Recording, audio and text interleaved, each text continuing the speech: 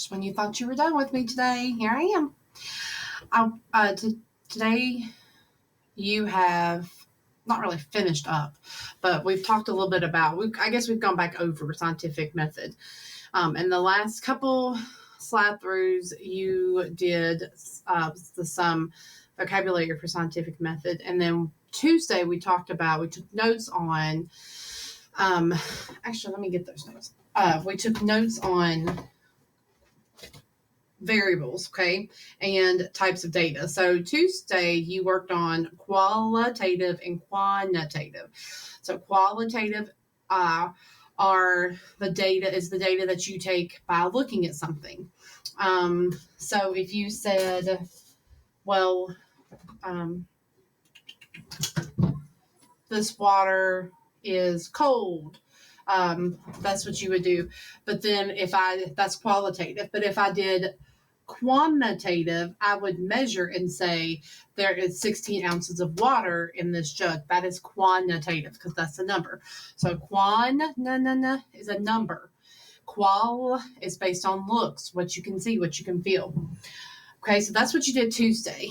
Today you talked a little bit about variables, independent and dependent. So the next activity you're going to do is talking about variables, independent and dependent. Independent variables are the variables that change. It's the thing that you change.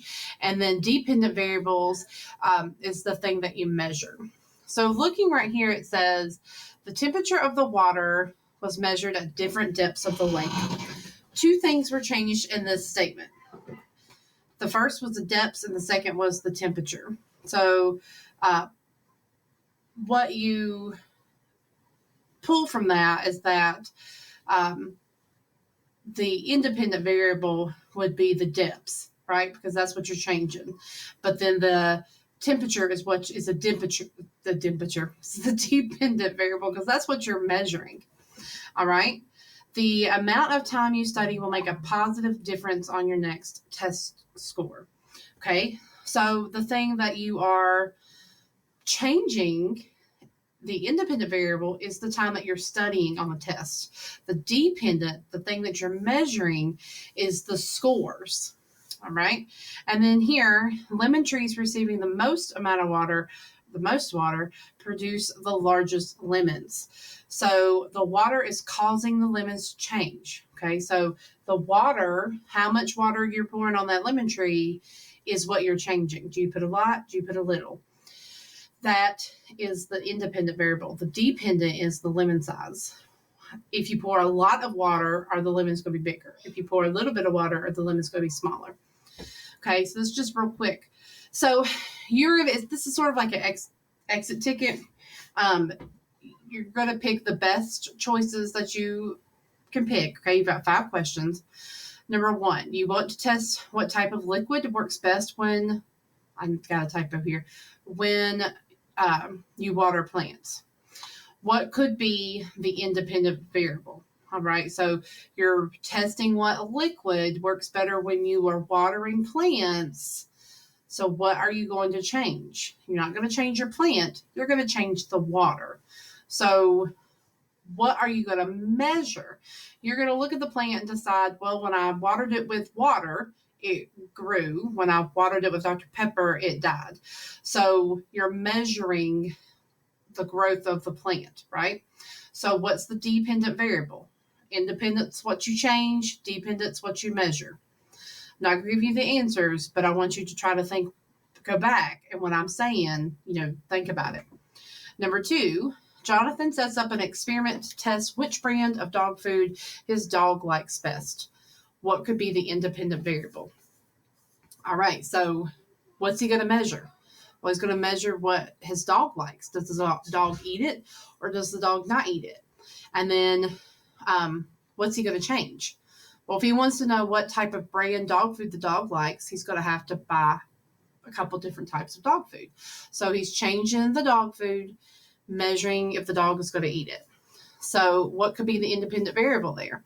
Types of dogs or types of dog food. What is the measured variable? Which variable do we measure? I've said that about I don't know, 6 times, I think. So which variable do you measure? Bobby wants to determine if eating different candy during a test will increase test scores. What's the independent variable? So what are you going to change?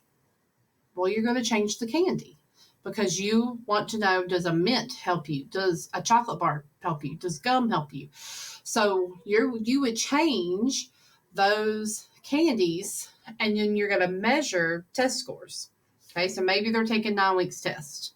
He's got 4 tests he's got to take. Maybe he'll I don't know, chew gum on one day, take a mint the next day, eat chocolate the next day. So he's changing the candy, measuring his test scores.